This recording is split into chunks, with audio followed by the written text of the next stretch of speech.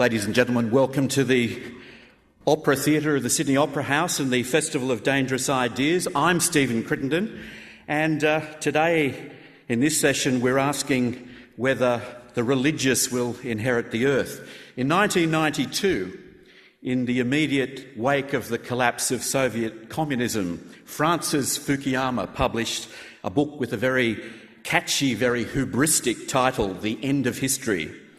It was a product of a Whig view of history that saw everything as getting better and better, and history as basically a big march of progress. Liberal capitalism had defeated communism, and all the rest was going to be peacefully consuming. The age of ideology was over.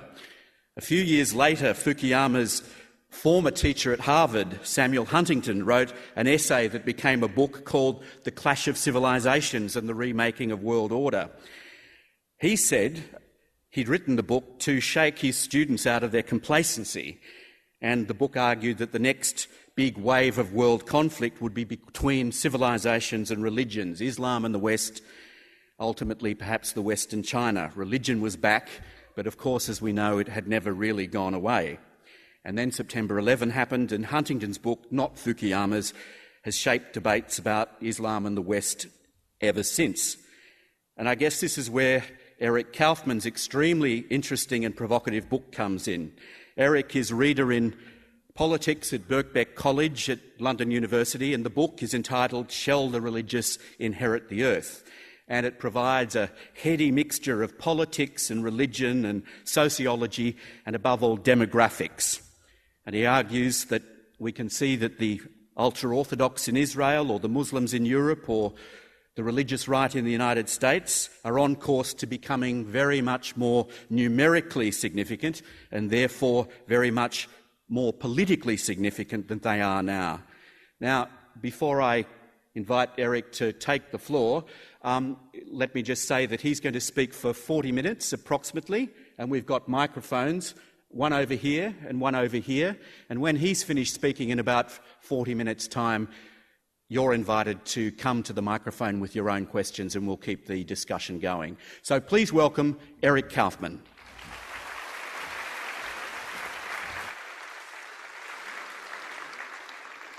Well, thank you very much, and I'm delighted to be here. It's a world-famous architectural icon.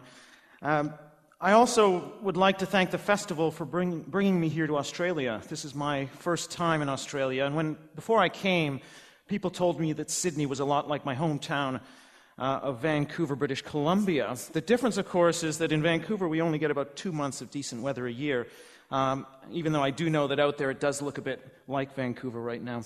So I'd also like to thank the organizers of this wonderful, stimulating event, and Anne Mossop, Simon Longstaff, Helene Fox, Anna Hayward, and Pip Sprott have done a great job, and anything I've needed, they've been right there. Okay, so I just want to start off with some global demographic trends to sort of sketch the context for you of my book. We're living through, right now, the tail end of a very long population expansion. If you were to look at the line of human population growth, it sort of begins very, very slowly, nips upwards slightly with the birth of Christ. And then around 1700, we see this big spike in population, which I'll call the Great Population Explosion.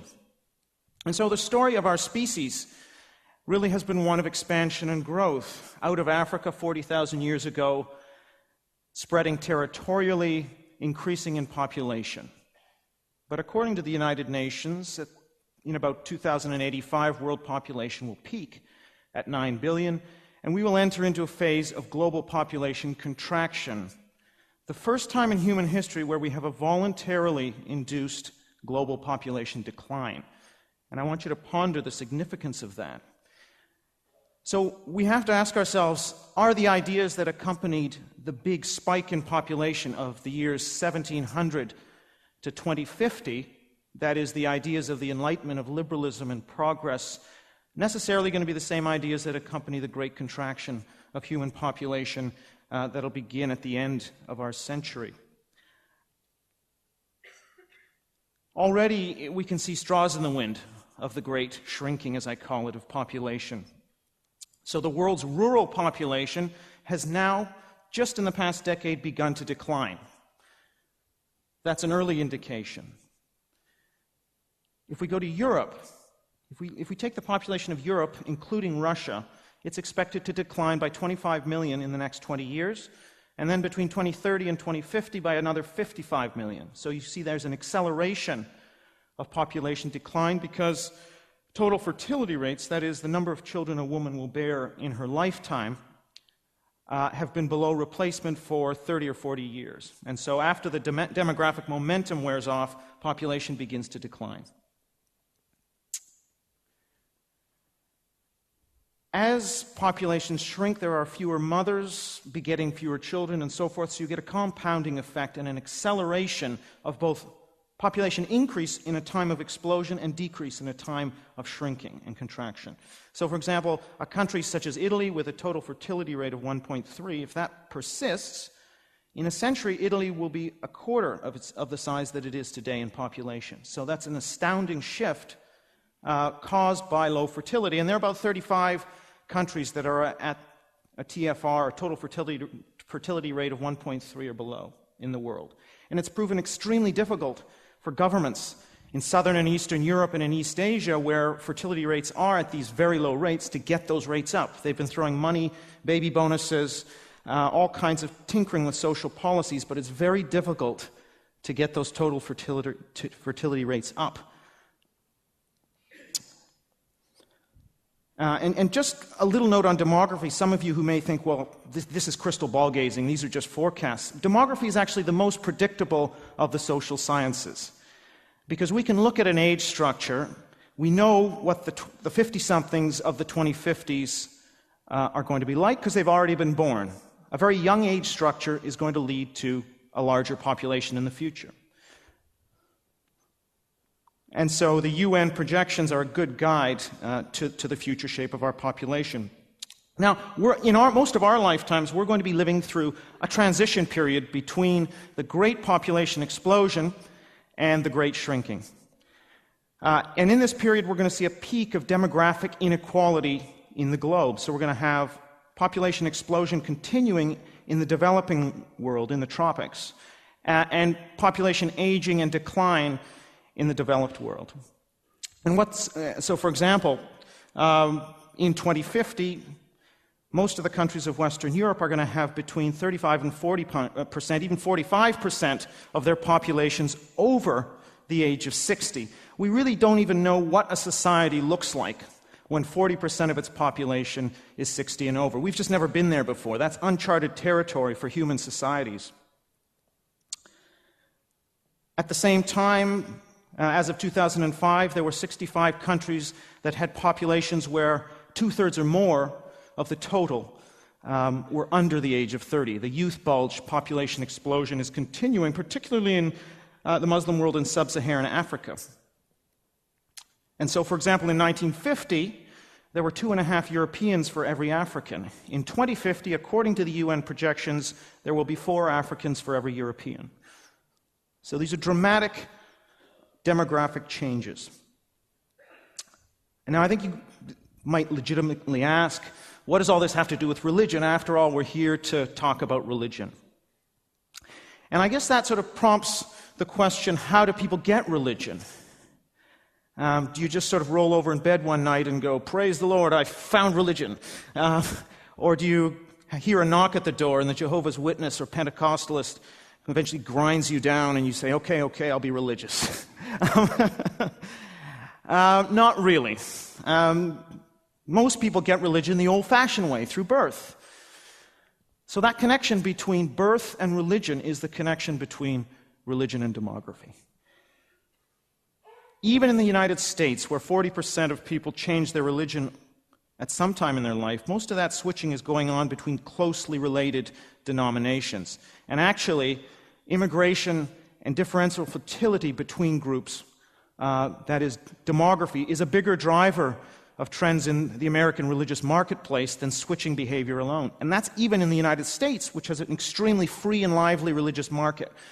In most of the world, that doesn't exist. You basically inherit largely the religion of your parents. That's not entirely true, but it is true to a large extent. And so this means, quite simply, that whichever parts of the world are growing, whether they're religious or secular, is very important. And as it turns out, 97% of the world's population growth, almost all the world's population growth, is taking place in the developing world, the tropical regions of the globe. And it also happens that those regions of the globe are almost entirely religious. And when I say religious, most people would identify themselves as belonging to a religion.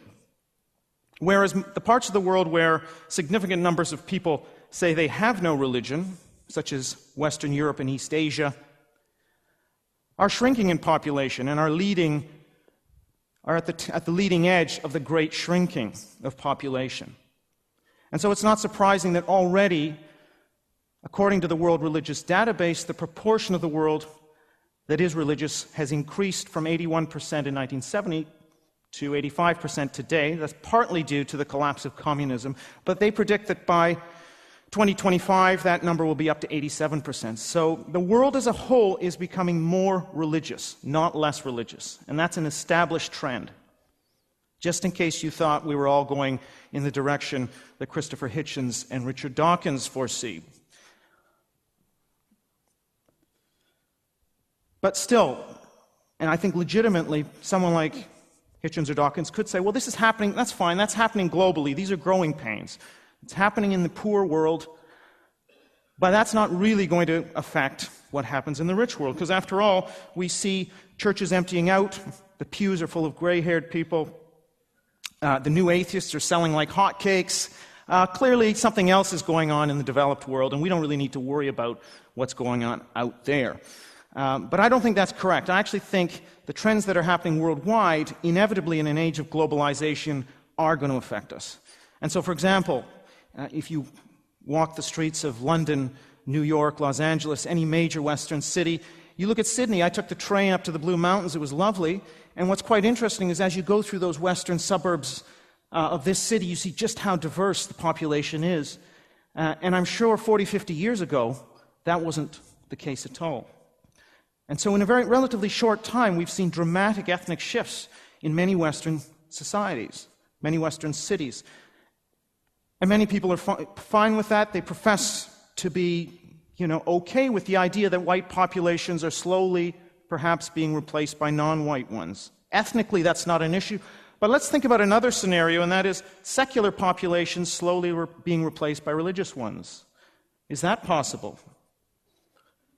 Well, if migration is coming from the religious tropics to the secular developed world, then we're bound to see this trend. In London, for example, Christianity has more or less held its own over the last 20 years. That is, the number of practicing Christians in London has been stable for the past 20 years, but has declined 40% in the rest of England. Is this because there's a great wave of religious enthusiasm sweeping through Soho and Camden Town? I don't think so.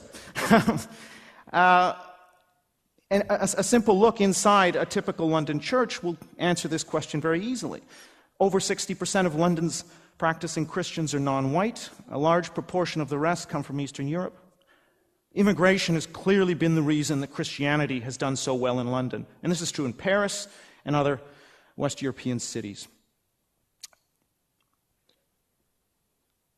And now if we add to this the fact that there are more people attending mosque in Britain each week than Church of England services now, and the fact that there are increasing Hindu, Sikh, and other populations, it's no question that London is a more religious place today than it was 20 years ago. And as it turns out, Britain is going to look in 2050 like London looks now.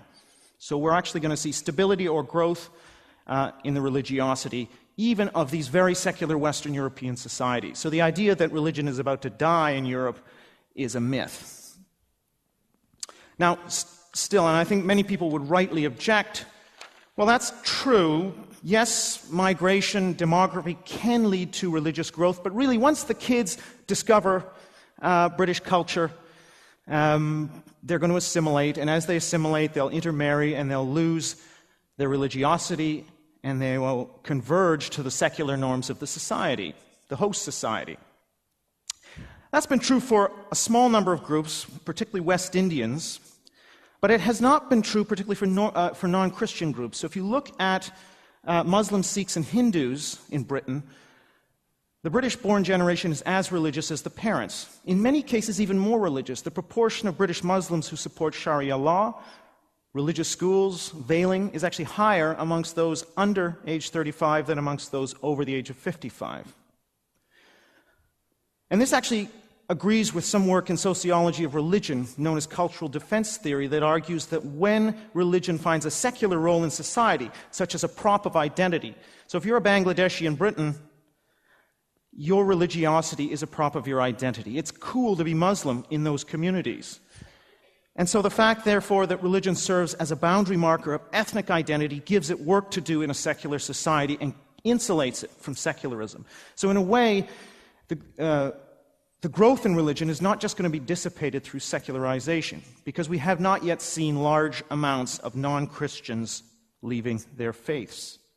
So we have this combination then of population growth through immigration and large family sizes and relatively high retention of children in the fold.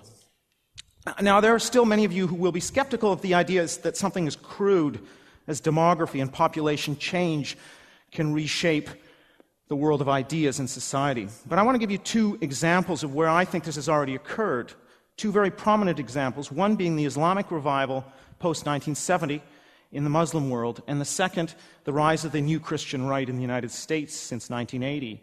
I'm not saying that demography is the only story behind the rise of these movements, but let's just look at the role demography has played in both. So if we consider the Islamic revival, cities such as Ankara, Tehran, Algiers, Cairo, these were cities whose culture was predominantly secular in the early and middle parts of the 20th century.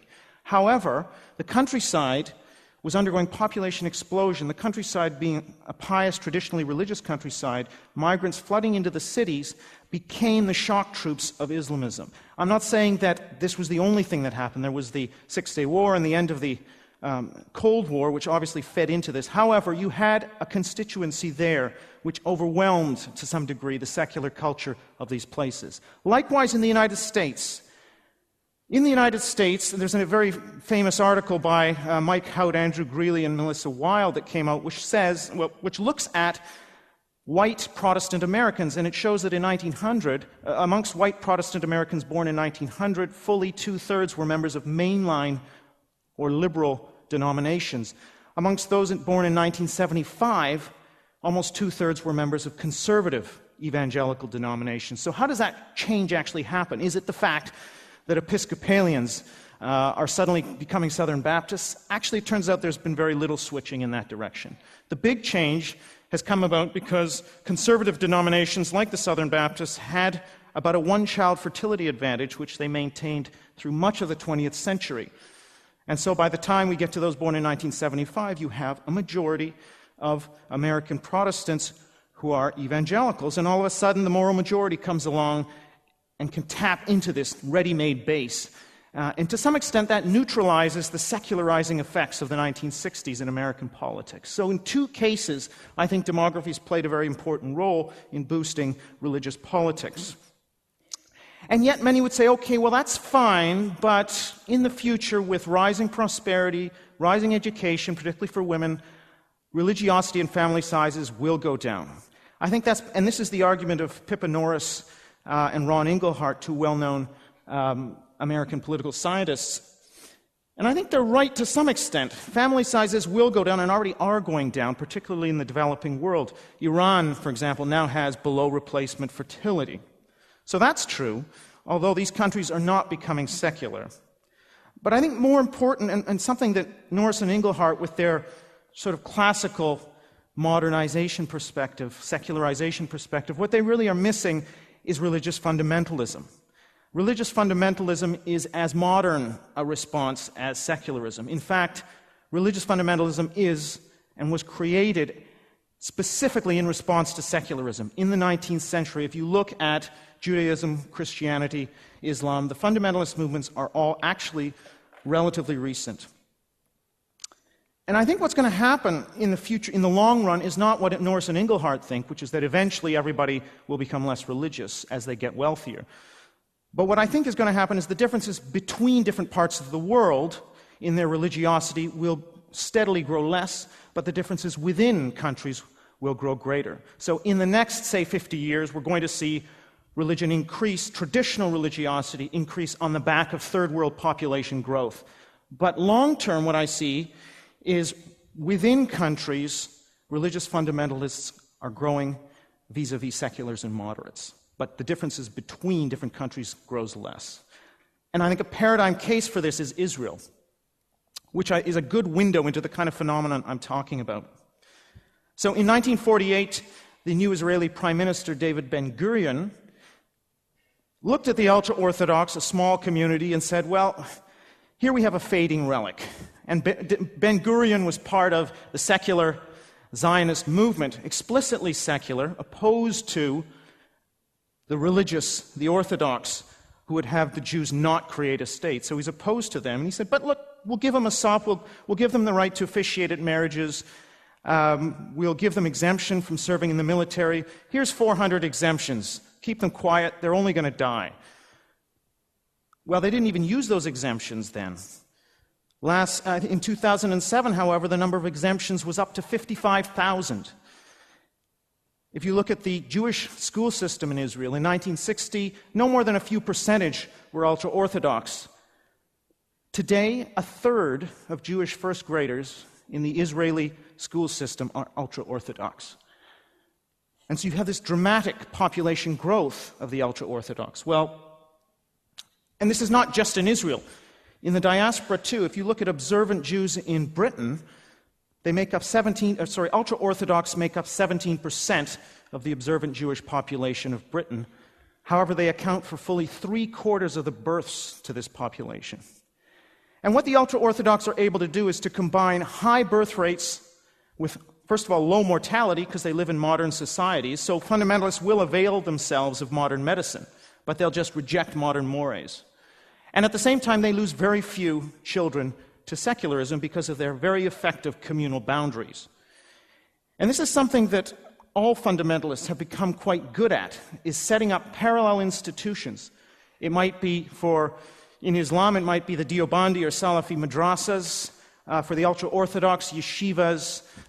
For Christian fundamentalists, it would be Bible colleges. These were all developing in the 19th century.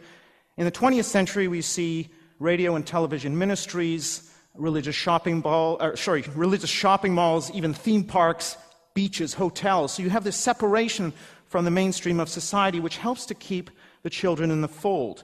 And also there's an argument called the theory of strong religion made by Rodney Stark, which says when you're actually asked to commit more time, more money to your church, you're going to be more attached to it.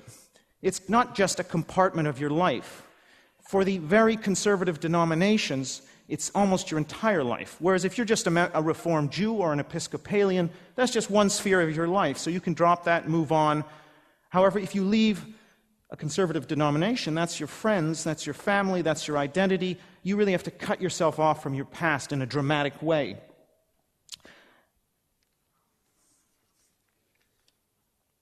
Okay. Now, I believe more and more countries are going to come to resemble Israel in the long run. And we already see similar movements. In the United States, what's one of the fastest growing religions, anybody? Turns out it's the old order Amish, actually. A population that's doubles usually, has doubled every 20 to 25 years for several generations. So 5,000 in the year 1900, approximately 250,000 today, similar with the Hutterites. The Mormons, too, have had about a one-child advantage over other Americans for a very long time. These are just a few examples of the kind of phenomenon I'm talking about that I think will become more prevalent in the future. Conservative evangelicals and Salafi Muslims are also having larger numbers of children, often dramatically larger than others. Why is this? Well, it's the case because religious fundamentalists take their pronatalist injunctions seriously. They take the injunctions on traditional gender roles seriously. So in the Bible it says, go forth and multiply. In the hadith of the Quran says, marry women who are prolific, so I may outnumber the peoples by you. These injunctions are not only taken seriously, but they are held up as a badge of distinction, between the rest, the others who are not quite as faithful as us. Because fundamentalism is about exaggerating the most anti-modern and austere parts of the faith in order to draw a hard line against what are seen as theological errors of the mainstream. But it does beg the question, well, if this is the case, if fundamentalists have always had more children, why aren't we all Hutterites now? Why has secularism done so well? And this really speaks to the why now question. And there are a couple of major reasons demographically why we're starting to see fundamentalists pull away from the rest of the population.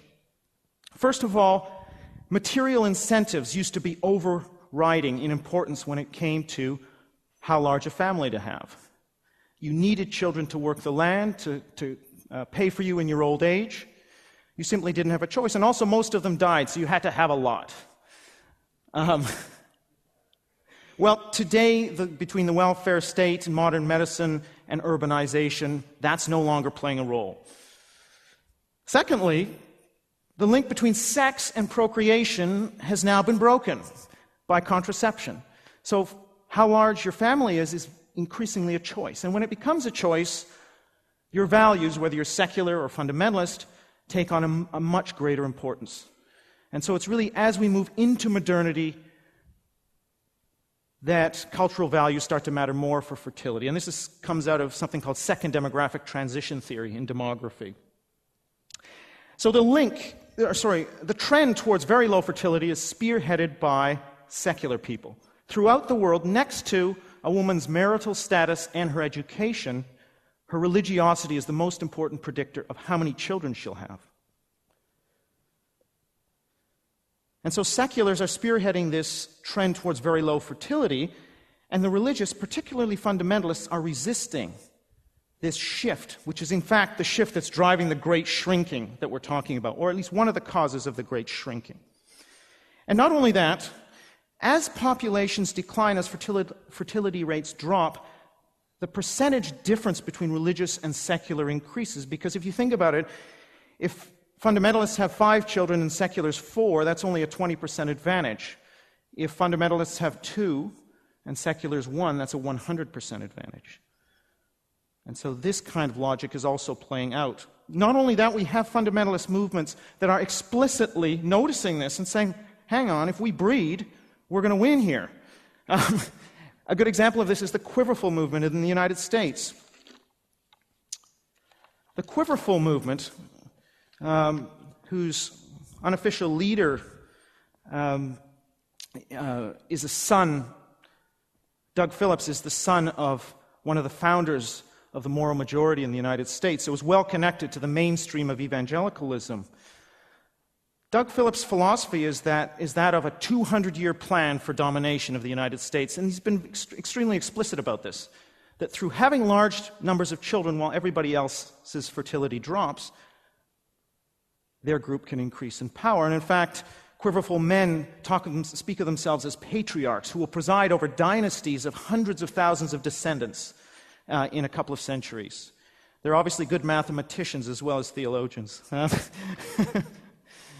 And they're still small. They're only in the tens of thousands as a movement. However, they are starting to influence the mainstream of conservative religious thinking. In the journal First Things, a prominent Catholic journal, the theologian David Bentley Hart writes, probably the most subversive and effective strategy we might undertake would be one of militant fecundity, abundant, relentless, exuberant, and defiant childbearing. Given the reluctance of modern men and women to be fruitful and multiply, it would not be difficult, surely, for the devout to accomplish in no more than a generation or two a demographic revolution. Well, I'm not sure his demography is bang on target, but he has a point that if they were to pursue this strategy, then we would have an Israeli-style result. We see echoes of this in other faiths, in the Muslim world. In the Muslim world, where actually contraception is increasingly available, and urbanization is taking place rather quickly, we now see that in the cities of the Muslim world, Muslim women who are most in favor of Sharia law have about twice the number of children as Muslim women who are least in favor. And that's even after we control for education level and income, that is a significant effect. In Europe, too, white Catholic women in France and Spain have about a half-child advantage over white secular women in those countries. And so this is a phenomenon which may not be as extreme as the ultra-Orthodox having 3 or 4 times the birth rates of secular Jews, but it's there, and it's shaping society. In Holland even, the youngest communities in Holland are the Orthodox Calvinist villages. And the point here is that the kids are not just going to become secular, because they're insulated by all of those parallel institutions of these fundamentalist sects. Because fundamentalism is a modern response, and this is the point that the modernization theorists don't get, that fundamentalism is just as modern a response as secularism. This theory of strong religion really plays a role. So, in the words of one rare defector from ultra-Orthodoxy, quote, "When I made a telephone call on a Jewish holiday, which is, of course, a great taboo, I felt as though I was tearing apart one of my vital organs. I felt as though I was foolishly opening the door to hell and sending myself into a wilderness where hope for survival was grim. I felt as though I was separating myself, and here's the crucial point, separating myself from a group I had grown to love, which raised and supported me. How many of us would leave if it meant never seeing your family again or your friends? Much tougher to leave." So this combination then of tight boundaries between fundamentalist sects and the mainstream, combined with strong population growth in an environment of population contraction and fertility decline amongst the secular segment of the population, will lead to a magnification of the power and growth of religious conservatives. And this is going to reshape politics. It's not just an abstraction. Already we see this. I would argue in the Muslim world, religious fundamentalism has already won. I don't mean that we've seen Islamist parties take power. We've only had an Islamic revolution in Iran and perhaps in Sudan. We haven't seen the success of global jihadism in taking power in many Muslim countries. But what we have seen happening is a creeping moral puritanism as the agenda of Sharia, the cultural agenda of the Islamists, is usurped by the authoritarian regimes in order to defang the jihadis and take away their appeal. So you now have increasing restrictions on the freedom of secular intellectuals to speak their mind or to leave Islam or to advocate for women's rights, gay rights, etc. Not only that, the rights of minorities, the Shia in Pakistan, the Copts in Egypt, have been severely curtailed because of the upsurge of this Islamist cultural agenda. Again, Islamist parties are not doing any better. They're sort of stuck in the doldrums in much of the Muslim world. However, culturally, their agenda has advanced tremendously. There's no better place to see this than Pakistan, I believe. Likewise, in Israel, the ultra-Orthodox have managed, it's almost impossible to get a burial plot, to have your marriage recognized, even to be accepted as a Jew in Israel is very problematic unless you are Orthodox by religion, because the ultra-Orthodox clergy control so many aspects, private aspects of society. They've been successful in campaigns to curtail driving on the Sabbath and to curtail advertising that they don't like, partly because they're a very powerful consumer lobby. So if they gather their flock together and boycott certain products, companies have to take notice. And because of their growth, because of their population growth, we now see the first ultra-Orthodox mayor in Israel, and I would predict the ultra-Orthodox will control Israel much like the Irish controlled Boston and Chicago in the United States by taking over the mayor's office. Secular Israelis are already fleeing for Tel Aviv and other parts of the country as Jerusalem increasingly becomes dominated by the Orthodox and ultra-Orthodox. This will also affect the peace process, by the way, as population overspill crosses the Green Line into East Jerusalem and the settlements. The ultra-Orthodox have become increasingly hawkish on the whole land for peace question. So there are going to be severe implications for the peace process as well. And now in the United States, it's still possible to step around the religious right, but importantly, there are areas where the religious right has changed the cultural landscape. It's really this creeping Puritanism, the cultural politics, where I see fundamentalism succeeding. And so, for example, it's very difficult to get an abortion in many Bible Belt states. And of course, it's impossible to run for office unless you have a 100% rating from the religious right in these states as well.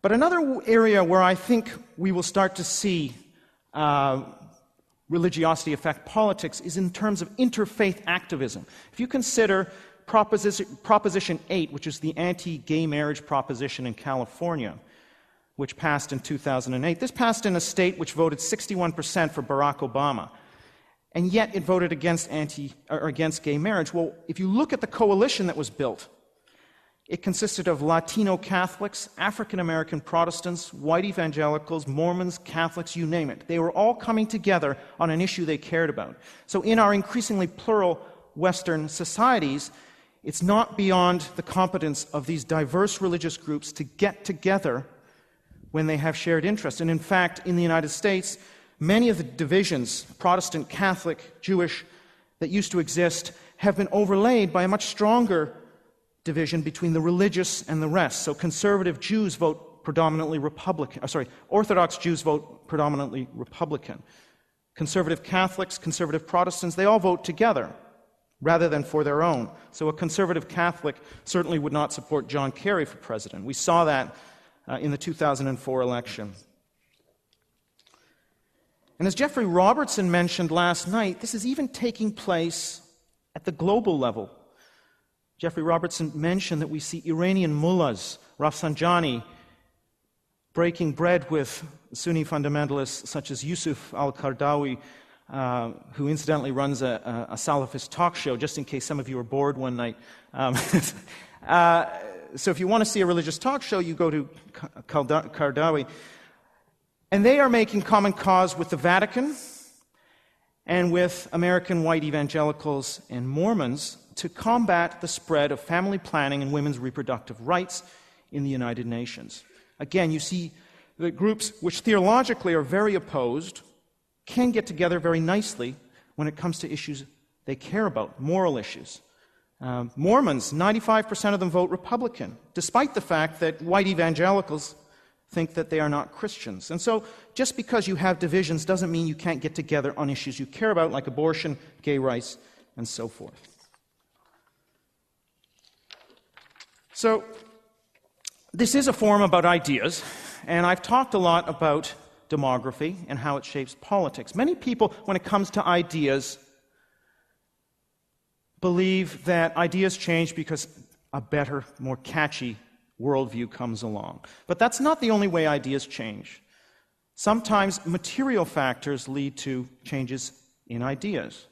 So a loss in battle, military defeat, and the trauma that followed from military defeat played a very big role in the rise of fascism in Spain and Germany, for example. Likewise, according to Marxist theory, but in general, if you look at the economy, if there's a change in the mode of production, say from feudalism to capitalism, you can have an attendant change in ideology as well. And I would say the same for demography. So we may see the fact that we have finished with that 300 to 350 year population explosion from 1700, which was the time when we see the advent of the Enlightenment and the ideas of progress that many of us continue to unconsciously hold, that population growth phase is through, and we're going to be entering a population contraction phase. It's not necessarily the case that the ideas of the last 300, 350 years are going to be the ideas of the next 300, 350 years. As John Gray writes, this idea that we're moving linearly, inevitably, in a progressive, liberal, more rational direction, which is a myth we tell ourselves, this may just be a bend in the road, and we may be moving in a more conservative direction in the next few centuries. There's nothing inevitable about moral progress, writes John Gray. Rather than a linear view, perhaps we may come to accept the classical view of history before the age of modernity, Writers such as Polybius in ancient Greece, Cicero in ancient Rome, even Khaldun in the Arab world, really told a story about civilizations rising and falling, and they always pointed to the danger of very individualistic elites and civilizations succumbing to more socially cohesive, disciplined barbarian groups, and this cycle renewing itself over and over again. Now, that's been much criticized by modern historians, but there may be a kernel of truth in it, for Polybius, Cicero, and Khaldun all recognized the importance of demography. Particularly Polybius and Cicero talked about the idea that the barbarians had larger families than the native Greeks and Romans. And they saw this as one of the ills, one of the signs that their civilization was in danger.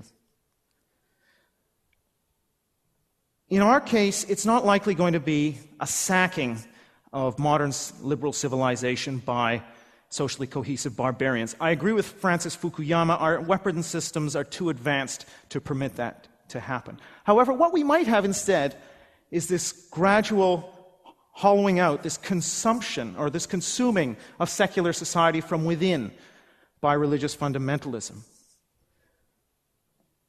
So rather than being sacked by cohesive barbarians, religious fundamentalism, the contradiction, if you like, of secularism, slowly eats away at society from within as the religious inherit the earth.